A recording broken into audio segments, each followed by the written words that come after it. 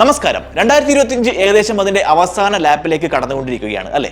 December 2ാമത്തെ വീക്കിലാണ് നമ്മൾ ഇന്ന് ഈ വീഡിയോ ചെയ്യുന്നത്. ഈ ഒരു സാഹചര്യത്തിൽ അല്ലെങ്കിൽ ഈ 2025 അവസാന ഘട്ടത്തിൽ എനിക്ക് നിങ്ങളോട് പറയാനുള്ളത് അല്ലെങ്കിൽ ഈ ഒരു വീഡിയോയുമായി ഇന്ന് ഞാൻ നിങ്ങളുടെ മുമ്പിൽ വരാനുള്ള ഒരു കാരണം എന്താണെന്ന് വെച്ചാൽ ചില കാര്യങ്ങൾ പറഞ്ഞു തരാനാണ്.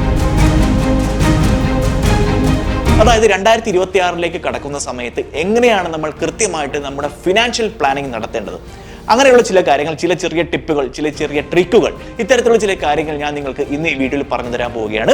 കൃത്യമായിട്ടുള്ള ഒരു ഇല്ലുസ്ട്രേഷന്റെ സഹായത്തോടു കൂടി ഞാൻ നിങ്ങൾക്ക് ഈ കാര്യങ്ങൾ പറഞ്ഞു തരാൻ പോവുകയാണ്. വീഡിയോ സ്കിപ്പ് ചെയ്യാതെ മുഴുവനായിട്ടും കാണാൻ നിങ്ങൾ ശ്രദ്ധിക്കുക. എങ്കിൽ മാത്രമേ വളരെ കൃത്യമായിട്ട് ഞാൻ പറയാൻ പോകുന്ന പ്ലാനിങ്ങുകളെല്ലാം നിങ്ങൾക്ക് നിങ്ങളുടെ റിയൽ ലൈഫിൽ, നിങ്ങളുടെ പ്രാക്ടിക്കൽ ലൈഫിൽ ഇംപ്ലിമെന്റ് ചെയ്യാൻ പറ്റുകയുള്ളൂ. ശ്രദ്ധിക്കുന്ന പ്രധാനപ്പെട്ട ഒരു കാര്യം, ഈ വീഡിയോ ഒരു ഇൻഫോർമേഷൻ പർപ്പസ് അല്ലെങ്കിൽ എഡ്യൂക്കേഷൻ പർപ്പസ് മാത്രമാണ്. ഇതൊരു ഫിനാൻഷ്യൽ അഡ്വൈസ് അല്ല. ബോസ്വാല മലയാളത്തിന്റെ ഏറ്റവും പുതിയ വീഡിയോയിലേക്ക് ഇവർക്ക് സ്വാഗതം. ഞാൻ അഭിനാഷ്. സോ നമ്മൾ പറഞ്ഞു വന്നത് 2026 എങ്ങനെയാണ് കൃത്യമായിട്ട് ഫൈനാൻഷ്യൽ പ്ലാനിങ് ചെയ്യേണ്ടത് എന്നതിനെ കുറിച്ചാണ്. How to make your financial planning properly in 2026. So അതിനായിട്ടുള്ള ഏറ്റവും പ്രധാനപ്പെട്ട ഒരു സ്റ്റെപ്പ് എന്ന് പറയുന്നത് ഈ ഒരു പോയിന്റ് ആണ്, നമ്പർ ഓഫ് ബാങ്ക് അക്കൗണ്ട്സ്. അതായത് നിങ്ങൾക്ക് ഉണ്ടാകേണ്ട ബാങ്ക് അക്കൗണ്ടുകൾ എത്രയാണ്, അതിന്റെ പർപ്പസ് എന്താണ് എന്നതിനെ കുറിച്ചാണ് ഞാൻ ആദ്യം നിങ്ങളോട് പറയാൻ പോകുന്നത്. അതായത് നമുക്ക് പ്രധാനമായിട്ടും 3 തരത്തിലുള്ള ബാങ്ക് അക്കൗണ്ട് ഉണ്ടായിരിക്കണം ഒരാളുടെ കയ്യിൽ. നമ്മൾ ഫിനാൻഷ്യൽ പ്ലാനിങ് നടത്തുന്ന സമയത്ത് നമ്മൾക്ക് 3 ബാങ്ക് അക്കൗണ്ടുകൾ ഉണ്ടായിരിക്കണം. അവ ഏതൊക്കെയാണെന്ന് വെച്ചാൽ, ഒന്ന് ഇൻകം അക്കൗണ്ട്, അതായത് നിങ്ങളുടെ സാലറി, നിങ്ങളുടെ വരുമാനം വരുന്ന സാലറി അക്കൗണ്ട് എന്ന് കോമൺ ആയിട്ട് നമുക്ക് പറയാം. എല്ലാ സ്ഥാപനങ്ങളിലും അവരുടെ എംപ്ലോയികൾക്ക് ഒരു സാലറി അക്കൗണ്ട് കൊടുക്കും. അത്തരത്തിൽ ഒരു ഇൻകം അക്കൗണ്ട് അല്ലെങ്കിൽ സാലറി അക്കൗണ്ട് നമുക്ക് ഉണ്ടാകണം. അതിനുശേഷം നമുക്ക് ഉണ്ടാവേണ്ട ഒരു അക്കൗണ്ട് എന്ന് പറയുന്നത് ഒരു ഇൻവെസ്റ്റ്മെന്റ് അക്കൗണ്ട്. മറ്റൊരു ബാങ്കിൽ അല്ലെങ്കിൽ അതേ ബാങ്കിൽ തന്നെ ഇൻവെസ്റ്റ്മെന്റിനായിട്ട് മാത്രം ഒരു അക്കൗണ്ട് ഉണ്ടാക്കുക. മാത്രമല്ല എക്സ്പെൻസ് അക്കൗണ്ട് എന്ന പേരിൽ ഒരു അക്കൗണ്ടും നിങ്ങൾ ക്രിയേറ്റ് ചെയ്യേണ്ടതായിട്ടുണ്ട്. So income account, investment account, expense account എന്നീ തരത്തിലുള്ള 3 അക്കൗണ്ടുകൾ. അതിനൊരു പർപ്പസ് എന്താണ്, അല്ലെങ്കിൽ അത് എങ്ങനെയാണ് പ്രവർത്തിക്കുന്നത് എന്ന് ഞാൻ നിങ്ങൾക്ക് പറഞ്ഞു തരാം. അതായത് നിങ്ങളുടെ പ്രതിമാസ ശമ്പളം 40,000 രൂപയാണ് എന്നിരിക്കട്ടെ. നിങ്ങളുടെ സാലറി എന്ന് പറയുന്നത് 40,000 രൂപയാണ്. അപ്പോൾ ഇൻകം അക്കൗണ്ട് ഡയറക്റ്റ് നിങ്ങളുടെ അക്കൗണ്ടിലേക്ക്, നിങ്ങളുടെ കമ്പനിയിൽ നിന്നും സാലറി അക്കൗണ്ടിലേക്ക് 40,000 രൂപ ക്രെഡിറ്റ് ആവുന്നു. നിങ്ങൾ ജോലി ചെയ്യുന്ന സ്ഥാപനത്തിൽ നിന്നും പ്രതിമാസം 40,000 രൂപ ശമ്പളമായിട്ട് നിങ്ങളുടെ അക്കൗണ്ടിലേക്ക് ക്രെഡിറ്റ് ആവുന്നു എന്നിരിക്കട്ടെ. ഇത് ഇൻകം അക്കൗണ്ട് ആണ് എന്ന് ഞാൻ ഓൾറെഡി പറഞ്ഞു കഴിഞ്ഞു. ഇൻകം വരുന്ന സാലറി അക്കൗണ്ട്. ഇനി നമ്മൾ പോകുന്നത് ഇൻവെസ്റ്റ്മെന്റ് അക്കൗണ്ടിലേക്കാണ്. ഈ സാലറി അക്കൗണ്ടിൽ നിന്നും 40,000 രൂപയുടെ 20% നിങ്ങളുടെ ഇൻവെസ്റ്റ്മെന്റ് അക്കൗണ്ടിലേക്ക് പോകണം, വിച്ച് ഈസ് 8,000 rupees. 8,000 രൂപ നിങ്ങളുടെ ഇൻവെസ്റ്റ്മെന്റ് അക്കൗണ്ടിലേക്ക് നിങ്ങൾ അപ്പോൾ തന്നെ ട്രാൻസ്ഫർ ചെയ്യുക. ഈ ട്രാൻസ്ഫർ ചെയ്യുന്ന എമൗണ്ട് നിങ്ങൾ ഇൻവെസ്റ്റ്മെന്റ് അക്കൗണ്ട് എന്ന് ഓൾറെഡി പറഞ്ഞു കഴിഞ്ഞു. ഈ ഒരു ഇൻവെസ്റ്റ്മെന്റ് അക്കൗണ്ടിൽ നിങ്ങൾ ഇൻവെസ്റ്റ് ചെയ്ത പർട്ടിക്കുലർ എമൗണ്ട്, അതായത് 8,000 രൂപയാണ് നിങ്ങൾ ഇതിലേക്ക് ഇൻവെസ്റ്റ് ചെയ്തതെങ്കിൽ അതിൽ ഒരു എമൗണ്ട് ആ എമൗണ്ട് നിങ്ങൾ SIP-യിലോ സേവിങ്സിലോ അല്ലെങ്കിൽ നിങ്ങൾക്ക് ഇഷ്ടമുള്ള ഏതെങ്കിലും സേവിങ്സ് അക്കൗണ്ടിലോ നിങ്ങൾ നിക്ഷേപിക്കുക. SIP എന്ന് ഞാൻ പറയുമ്പോൾ പ്രത്യേകം ശ്രദ്ധിക്കുക, മ്യൂച്വൽ ഫണ്ടാണ്, അത് സബ്ജക്ട് ടു മാർക്കറ്റ് റിസ്ക് ആണ് എന്ന കാര്യം നിങ്ങൾ മറക്കരുത്. ഇത്തരത്തിൽ നിങ്ങൾക്ക് ഏറ്റവും സ്യൂട്ടബിൾ ആയിട്ടുള്ള ഇൻവെസ്റ്റ്മെന്റ് സ്കീം ഏതാണോ അത് കൃത്യമായിട്ട് കണ്ടുപിടിച്ച് നിങ്ങൾ അതിലേക്ക് ഈ ഒരു എമൗണ്ട് നിങ്ങൾ ഇൻവെസ്റ്റ് ചെയ്യുക. ഞാൻ 40,000 രൂപ സാലറി ഉള്ള ആളുടെ ഒരു കണക്കാണ് ഞാൻ പറയുന്നത്. നിങ്ങൾക്ക് നിങ്ങളുടെ സാലറിക്ക് കണക്കായിട്ട് അതിന്റെ പെർസെന്റേജ് ഏകദേശം 20% ആയിട്ട് വരും.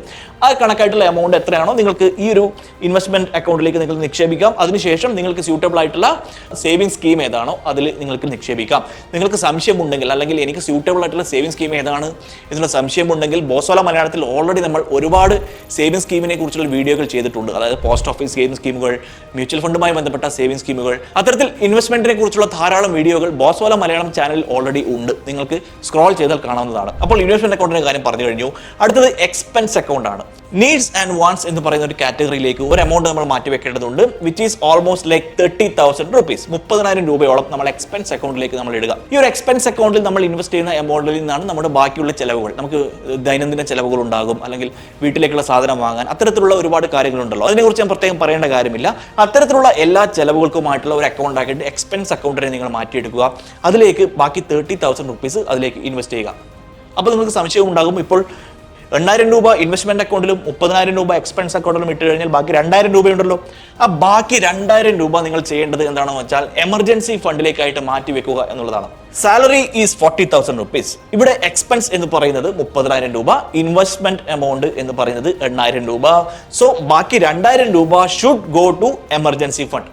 എന്താണ് എമർജൻസി ഫണ്ട്? നിങ്ങൾക്ക് സംശയമുണ്ടാകും. അതിന്റെ പേര് സൂചിപ്പിക്കുന്നത് പോലെ തന്നെ നമുക്ക് പെട്ടെന്ന്, അതായത് ഇമ്മീഡിയറ്റ്ലി എന്തെങ്കിലും ഇഷ്യൂ ഉണ്ടായാൽ, പണത്തിന് ആവശ്യം വന്നാൽ, അറിയാലോ, പണത്തിന് പെട്ടെന്ന് അത്യാവശ്യം വരുന്ന ഏതെങ്കിലും സാഹചര്യത്തിൽ നമ്മുടെ കയ്യിൽ പണം ഉണ്ടായിരിക്കണം.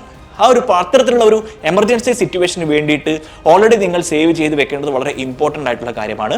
സോ ഈ ഒരു 2000 രൂപ, നിങ്ങളുടെ 40,000 രൂപ ശമ്പളത്തിൽ 2000 രൂപ എല്ലാ മാസവും എമർജൻസി ഫണ്ടിനായിട്ട് മാറ്റിവെക്കുക. ഇനി നമ്മളൊരു പ്രത്യേക സിനാരിയോ പരിശോധിക്കാൻ പോവുകയാണ്. നമ്മൾ എമർജൻസി ഫണ്ടിന്റെ കാര്യം പറഞ്ഞതുപോലെ തന്നെ നമുക്ക് എമർജൻസി ആയിട്ട് മറ്റൊരു സിറ്റുവേഷൻ ഉണ്ടായിക്കഴിഞ്ഞാൽ, ഫോർ എക്സാമ്പിൾ നമുക്ക് ചിലപ്പോൾ നമ്മുടെ ജോലി നഷ്ടപ്പെട്ടേക്കാം. ഇപ്പോഴത്തെ കാലത്ത് റെസിഷൻ പോലെയുള്ള കാര്യങ്ങൾ ധാരാളമായിട്ട് ആഗോളതലത്തിൽ നടക്കുന്നുണ്ട്. അതുപോലെ തന്നെ ലേ ഓഫ് പോലെയുള്ള കാര്യങ്ങളൊക്കെ വളരെ കോമൺ ആയിട്ട് ഇപ്പോൾ പ്രൈവറ്റ് കമ്പനികളിലും മറ്റും നടക്കുന്ന ഒരു കാര്യമാണ്.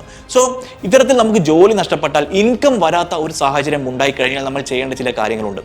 അതെന്താണെന്ന് വെച്ചാൽ, നമ്മൾ 6 മാസത്തെ ഒരു എക്സ്പെൻസസ് ആദ്യം കാൽക്കുലേറ്റ് ചെയ്യുക. 6 മാസത്തെ ഒരു ചെലവ് ആദ്യം കാൽക്കുലേറ്റ് ചെയ്യുക.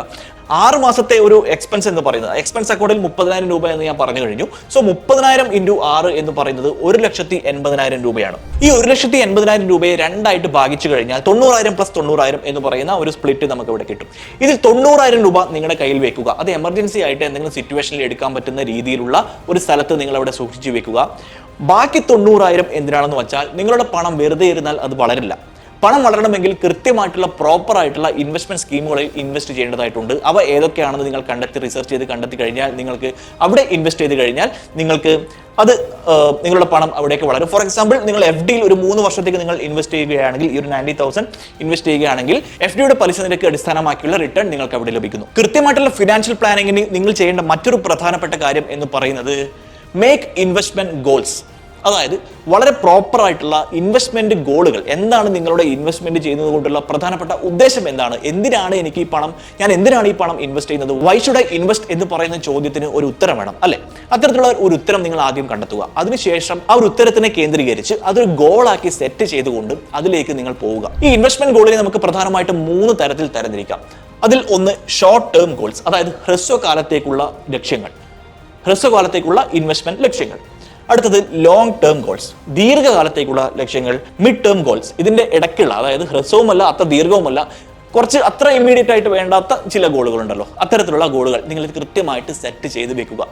ഫോർ എക്സാമ്പിൾ, വാഹനം വാങ്ങിക്കുക എന്ന് പറയുന്നത് ഒരു ഷോർട്ട് ടേം ഗോളാണ്. അതുപോലെ തന്നെ വിവാഹം, അതായത് നിങ്ങളുടെ കുടുംബത്തിലെ ആരുടെയെങ്കിലും വിവാഹത്തിന് വേണ്ടിയിട്ടാണ്, ഇപ്പോൾ വളർന്നുകൊണ്ടിരിക്കുന്ന കുട്ടിക്ക് ഭാവി വിവാഹം കഴിക്കേണ്ടി വേണ്ടിയിട്ടാണ് നിങ്ങൾ പണം ഉണ്ടാക്കാൻ ആഗ്രഹിക്കുന്നതെങ്കിൽ അത്തരത്തിലുള്ള ഒരു ലക്ഷ്യം എന്ന് പറയുന്ന സമയത്ത് അതൊരു ലോങ് ടേം ഗോളായിട്ട് നമുക്ക് കണക്കാക്കാം. അതുപോലെ തന്നെ കുട്ടികളുടെ വിദ്യാഭ്യാസപരമായിട്ടുള്ള ചെലവുകൾക്കുള്ള ഗോളിനെ നമുക്ക് ലോങ് ടേം ഗോളായിട്ടോ മിഡ് ടേം ഗോളായിട്ടോ സെറ്റ് ചെയ്യാം. സോ വളരെ പ്രോപ്പർ ആയിട്ട് നിങ്ങളുടെ ഫൈനാൻഷ്യൽ ഗോൾ സെറ്റ് ചെയ്യുക എന്ന് പറയുന്നത് ഫൈനാൻഷ്യൽ പ്ലാനിങ്ങിൽ, പ്രോപ്പർ ആയിട്ടുള്ള ഫൈനാൻഷ്യൽ പ്ലാനിങ്ങിൽ വളരെ പ്രധാനപ്പെട്ട, വളരെ ഇമ്പോർട്ടന്റ് ആയിട്ടുള്ള എലമെന്റ് ആണ് എന്ന കാര്യത്തിൽ യാതൊരു സംശയവുമില്ല. ഇപ്പോൾ സംശയമുണ്ടാകും, നമ്മൾ ഈ short term, mid term, long term എന്ന് പറയുന്ന സമയത്ത് പ്രധാനമായിട്ടും എവിടേക്കാണ് നമുക്ക് ഇൻവെസ്റ്റ് ചെയ്യാൻ പറ്റുന്നത് എന്നുള്ള കാര്യത്തിൽ. എന്തൊക്കെയാണ് long term, short term, mid term ഗോളുകൾ? ഇത്തരത്തിലുള്ള ഗോളുകൾ സെറ്റ് ചെയ്ത് കഴിഞ്ഞാൽ നമുക്ക് അതിനായിട്ട് എവിടേക്കാണ് ഇൻവെസ്റ്റ് ചെയ്യേണ്ടത് എന്നുള്ള സംശയം നിങ്ങൾക്കുണ്ടെങ്കിൽ അതിനുള്ള ഉത്തരം ഞാൻ നിങ്ങൾക്ക് പറഞ്ഞുതരാം. റെക്കറിംഗ് ഡെപ്പോസിറ്റ് അഥവാ RD എന്ന് പറയുന്നത് ഒരു ഷോർട്ട് ടേം ഗോളാണ്. നമുക്ക് വളരെ പെട്ടെന്ന് കുറച്ച് റിട്ടേൺ ആവശ്യമുണ്ട് എന്ന രീതിയിലാണെങ്കിൽ ഷോർട്ട് ടേം ഇൻവെസ്റ്റ്മെന്റ് സ്കീമായ റെക്കറിംഗ് ഡെപ്പോസിറ്റ് പോലെയുള്ള കാര്യങ്ങളിൽ ഇൻവെസ്റ്റ് ചെയ്യാം.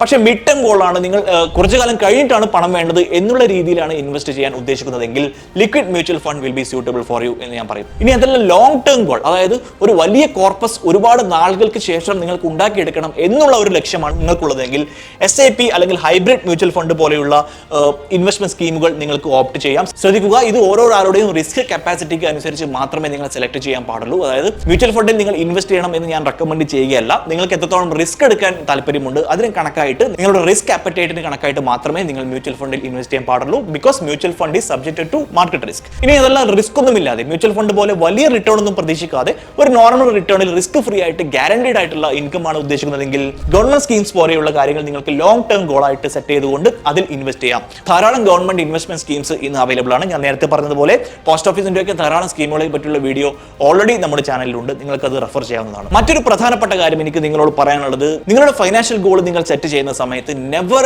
Ignore insurance. ഇൻഷുറൻസ് എടുക്കുക എന്ന് പറയുന്നത് പലപ്പോഴും ആൾക്കാർ ഒരു ലയബിലിറ്റി ആയിട്ടാണ് കാണുന്നത്. അതായത് ഇൻഷുറൻസ് എന്തിനാ, വെറുതെ പ്രതിമാസം പ്രീമിയം അടിച്ച് ആ കാശ് വേറെ വല്ല സ്ഥലത്ത് കൊണ്ടിട്ടാ എനിക്ക് അതല്ലേ നല്ലത് എന്ന രീതിയിൽ ചിന്തിക്കുന്ന ഒരുപാട് ആളുകളുണ്ട്. അത് വളരെ തെറ്റായ ഒരു കാര്യമാണെന്ന് ഞാൻ നിങ്ങളോട് പറയും. കാരണം പെട്ടെന്ന് നമുക്കൊരു എമർജൻസി സിറ്റുവേഷൻ വന്നാൽ, അല്ലെങ്കിൽ എന്തെങ്കിലും തരത്തിലുള്ള ആരോഗ്യ പ്രശ്നങ്ങൾ വന്നാൽ നമുക്കിവിടെ ഒരു ഹെൽത്ത് ഇൻഷുറൻസ് വളരെ ഇമ്പോർട്ടൻ്റ് ആണ്. അതുപോലെ തന്നെ നമ്മുടെ കുടുംബത്തിന്റെ ഭാവി സുരക്ഷിതമാക്കേണ്ടതും വളരെ പ്രധാനപ്പെട്ട ഒരു കാര്യമാണ്. അവിടെ ഒരു ടേം ഇൻഷുറൻസും നമുക്ക് ആവശ്യമുണ്ട്. സോ ഇത്തരത്തിൽ ടേം ഇൻഷുറൻസോ ഹെൽത്ത് ഇൻഷുറൻസോ വാങ്ങണമെങ്കിൽ വളരെ മികച്ച ഒരു ഓപ്ഷനാണ് പോളിസി ബസാർ. പ്രതിമാസം ഒരു 400 മുതൽ 500 രൂപ വരെ പ്രീമിയത്തിൽ നിങ്ങൾക്ക് പോളിസി പോളിസി ബസാറിൽ നിന്നും ടേം ഇൻഷുറൻസ് വാങ്ങിയെടുക്കാം. 51ലധികം ഇൻഷുറൻസ് പാർട്ണർമാരാണ് പോളിസി ബസാറിൽ അവൈലബിൾ ആയിട്ടുള്ളത്. അത് മാത്രമല്ല 15% ഡിസ്കൗണ്ടും നിങ്ങൾക്ക് ലഭിക്കുന്നു. കൂടാതെ കോടികളുടെ കവറേജും. ടേം ഇൻഷുറൻസ് എടുത്ത് നമ്മുടെ കുടുംബത്തിന്റെ ഭാവി അല്ലെങ്കിൽ കുടുംബത്തിന്റെ സാമ്പത്തിക അവസ്ഥ സുരക്ഷിതമാക്കാം. പക്ഷേ വളരെ പ്രധാനപ്പെട്ട മറ്റൊരു കാര്യം, നമ്മുടെ കുടുംബത്തിന്റെ മാത്രമല്ല നമ്മുടെ പേഴ്സണൽ ആയിട്ടുള്ള ഒരു ഫൈനാൻഷ്യൽ സെക്യൂരിറ്റി നമ്മൾ നോക്കേണ്ടതായിട്ടുണ്ട് അല്ലേ? അവിടെയാണ് ഒരു ഹെൽത്ത് ഇൻഷുറൻസിന്റെ പ്രാധാന്യം.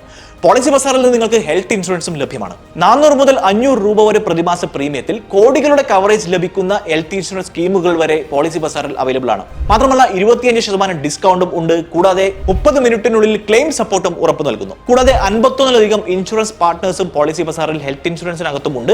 അതുമാത്രമല്ല നിങ്ങൾക്ക് ഇതുമായി ബന്ധപ്പെട്ട എന്ത് സഹായത്തിനും ഡെഡിക്കേറ്റഡ് ആയിട്ടുള്ള റിലേഷൻഷിപ്പ് മാനേജറുടെ സഹായവും നിങ്ങൾക്ക് പോളിസി ബസാറിൽ അവൈലബിൾ ആണ്. സോ പോളിസി ബസാറിൽ നിന്ന് നിങ്ങൾ ടേം ഇൻഷുറൻസോ ഹെൽത്ത് ഇൻഷുറൻസോ വാങ്ങാൻ ആഗ്രഹിക്കുന്നുണ്ടെങ്കിൽ ഈ വീഡിയോയുടെ ഡിസ്ക്രിപ്ഷനിൽ ഞാൻ അതിന്റെ ലിങ്ക് കൊടുത്തിട്ടുണ്ട്. നിങ്ങൾക്ക് അതിൽ നിന്നും വാങ്ങാവുന്നതാണ്. സോ ഫൈനാൻഷ്യൽ പ്ലാനിംഗിൽ ഇൻഷുറൻസിന്റെ പ്രാധാന്യം എത്രത്തോളമാണ് എന്നതിനെ കുറിച്ചാണ് ഞാൻ പറഞ്ഞുകൊണ്ടിരിക്കുന്നത്. അത് മാത്രമല്ല മറ്റൊരു പ്രധാനപ്പെട്ട കാര്യം എന്ന് പറയുന്നത്, അടുത്ത ഒരു പോയിന്റ് നിങ്ങൾ ശ്രദ്ധിക്കേണ്ടത് എന്താണെന്ന് വെച്ചാൽ, do not go for bad loans. അതായത് പ്രധാനമായിട്ട് 2 തരത്തിലുള്ള ലോണുകളുണ്ട്. ഒന്ന് ഗുഡ് ലോൺസ്, ഒന്ന് ബാഡ് ലോൺസ്. ഗുഡ് ലോൺസ് അതായത് നല്ല ലോണുകൾ എന്ന് പറയുന്നത് എന്തൊക്കെയാണ്? നമ്മൾ വീട് വെക്കാനായി ഒരു ലോൺ എടുക്കുന്നു, അതൊരു ഗുഡ് ലോൺ ആണ്. ഒരു വാഹനം വാങ്ങിക്കുന്നു, നമുക്കൊരു വാഹനം കൂടിയേ തീരൂ. ഡേ ടു ഡേ ലൈഫിൽ നമുക്ക് ഓഫീസിലൊക്കെ പോകാനായിട്ട് ഒരു വണ്ടി കൂടിയേ തീരൂ, ഒരു ലോൺ വേണം. Okay, vehicle loan is okay. അതുപോലെ തന്നെ ഒരു ഭൂമി വാങ്ങിക്കാനായിട്ട് ലോൺ എടുക്കുന്നു, അതും ഗുഡ് ലോൺ ആണ്.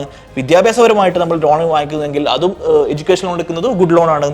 ബിസിനസ് ആവശ്യമായിട്ട് നമ്മുടെ ഭാവിക്കായിട്ട് ബിസിനസ് കെട്ടിപ്പടുക്കുക, അത്തരത്തിലുള്ള കാര്യങ്ങൾക്ക് അതും ഗുഡ് ലോൺ ആണ്. ഇനി ബാഡ് ലോൺസ് എന്ന് പറയുന്ന സമയത്ത് മോശം ലോണുകൾ എന്തൊക്കെയാണ്? നമ്മൾ ലക്ഷറി പോലെയുള്ള കാര്യങ്ങൾക്ക്, ഒരു ടൂറ് പോകണം, അല്ലെങ്കിൽ എന്തെങ്കിലും തരത്തിലുള്ള ഒരു പാർട്ടി നമുക്ക് നടത്തണം, അല്ലെങ്കിൽ ഒരുപാട് ഇങ്ങനെ പെട്ടെന്ന് ഉണ്ടാവുന്ന ചെറിയ ചെറിയ ആവശ്യങ്ങൾ, ഒരു ഫോൺ, നമുക്ക് ഓൾറെഡി ഉള്ള ഫോൺ നമ്മൾ മാറ്റി വേറൊരു ഫോൺ വാങ്ങണം, ഇതിനൊക്കെ ആയിട്ട് ലോൺ എടുക്കുന്നത് അത് ബാഡ് ലോൺസ് ആണ്. അത് എടുക്കാതിരിക്കുക എന്നുള്ളതാണ് എനിക്ക് നിങ്ങളോട് പറയാനുള്ളത്. കാരണം ബാഡ് ലോൺസ് നമ്മൾ എടുക്കുന്ന സമയത്ത് ആവശ്യമില്ലാതെ ലയബിലിറ്റി നമ്മൾ എടുത്തു വെക്കുകയാണ്. സോ അത്തരത്തിലുള്ള കാര്യങ്ങൾ ഒഴിവാക്കാൻ പറ്റുമെങ്കിൽ അതും ഒരു നല്ല കാര്യമായിരിക്കും. പ്രോപ്പർ ആയിട്ടുള്ള ഫിനാൻഷ്യൽ പ്ലാനിങ്ങിൽ ഇത് വളരെ ഇമ്പോർട്ടൻ്റ് ആയിട്ടുള്ള ഒന്നാണ്. മറ്റൊരു പ്രധാനപ്പെട്ട പോയിന്റ് എന്ന് പറയുന്നത്, never depend on A single source of income. ഒരേ ഒരു വരുമാനത്തെ മാത്രം ആശ്രയിച്ചുകൊണ്ട് ഒരിക്കലും നിൽക്കരുത്. കാരണം നിങ്ങളുടെ ജോലി മാത്രമാണ് നിങ്ങളുടെ സോഴ്സ് ഓഫ് ഇൻകം എങ്കിൽ അതൊരിക്കലും ഡിപ്പെൻഡ് ചെയ്ത് നിൽക്കരുത്. കാരണം ജോലി എന്ന് പറയുന്നത് പ്രത്യേകിച്ച് ഈ ഒരു കാലഘട്ടത്തിൽ എപ്പോൾ വേണമെങ്കിലും അത് നഷ്ടപ്പെടാനുള്ള ഒരു സാഹചര്യമുണ്ട്. ഞാൻ ആദ്യം പറഞ്ഞതുപോലെ ലേ ഓഫ് എന്നൊക്കെ പറയുന്നത് വളരെ കോമൺ ആയിട്ടുള്ള കാര്യമാണ് ഇന്ന് പ്രൈവറ്റ് കമ്പനികളിൽ നടക്കുന്നത്. സോ നിങ്ങൾക്ക് എന്തെങ്കിലും എക്സ്ട്രാ കഴിവുണ്ടെങ്കിൽ അല്ലെങ്കിൽ എക്സ്ട്രാ സ്കില്ല് നിങ്ങൾക്കുണ്ടെങ്കിൽ അതൊരു സോഴ്സ് ഓഫ് ഇൻകം ആക്കി ഉയർത്താൻ നിങ്ങൾക്ക് നോക്കാം. അതായത് കുക്കിംഗ് ചെയ്തുകൊണ്ട്, ബേക്കിംഗ് ചെയ്തുകൊണ്ട്, അല്ലെങ്കിൽ സ്റ്റോറി ടെല്ലിംഗ് നടത്തി, വ്ളോഗിംഗ്, ഇത്തരത്തിലുള്ള ഒരുപാട് കാര്യങ്ങളുണ്ടല്ലോ. ഇത്തരത്തിലുള്ള ഒരുപാട് സോഴ്സ് ഓഫ് ഇൻകംസ് ഇന്ന് ധാരാളമായിട്ടുണ്ട്. അത്തരത്തിലുള്ള കാര്യങ്ങൾ നിങ്ങൾക്ക് ഇൻട്രസ്റ്റ് ഉള്ള ഏരിയ ഏതാണ് അത് കണ്ടെത്തി അത് ഒരു സോഴ്സ് ഓഫ് ഇൻകം ആക്കി നോക്കാൻ നിങ്ങൾ ശ്രമിക്കുക. So never depend on A single source of income എന്നുള്ള കാര്യം വളരെ പ്രധാനപ്പെട്ട ഒരു കാര്യമാണ്. സോ 2026 എങ്ങനെയാണ് പ്രോപ്പറായിട്ട് ഫൈനാൻഷ്യൽ പ്ലാനിങ് ചെയ്യേണ്ടത് എന്നതിനെ കുറിച്ചാണ് ഞാൻ നിങ്ങളോട് പറഞ്ഞു തന്നത്. നിങ്ങൾക്ക് ഇതുമായി ബന്ധപ്പെട്ട സംശയങ്ങൾ എന്തെങ്കിലും ഉണ്ടെങ്കിൽ നിങ്ങൾ ഈ വീഡിയോയ്ക്ക് താഴെ കമന്റ് ആയിട്ട് നിങ്ങൾക്ക് എഴുതാവുന്നതാണ്. ഈ വീഡിയോ നിങ്ങൾക്ക് ആർക്കെങ്കിലും ഈ വീഡിയോ ഉപകാരപ്പെടും എന്ന് തോന്നുകയാണെങ്കിൽ അവർക്ക് ഈ വീഡിയോ നിങ്ങൾ അയച്ചു കൊടുക്കാനും മറക്കരുത്. നിങ്ങൾ ഇതുവരെ ബോസ്വാല മലയാളം ചാനൽ സബ്സ്ക്രൈബ് ചെയ്തിട്ടില്ലെങ്കിൽ ഇപ്പോൾ തന്നെ സബ്സ്ക്രൈബ് ചെയ്യുന്ന കാര്യം പരിഗണിക്കുക. മറ്റൊരു വീഡിയോയുമായി വീണ്ടും കാണാം. By. Bosswala. Be the boss.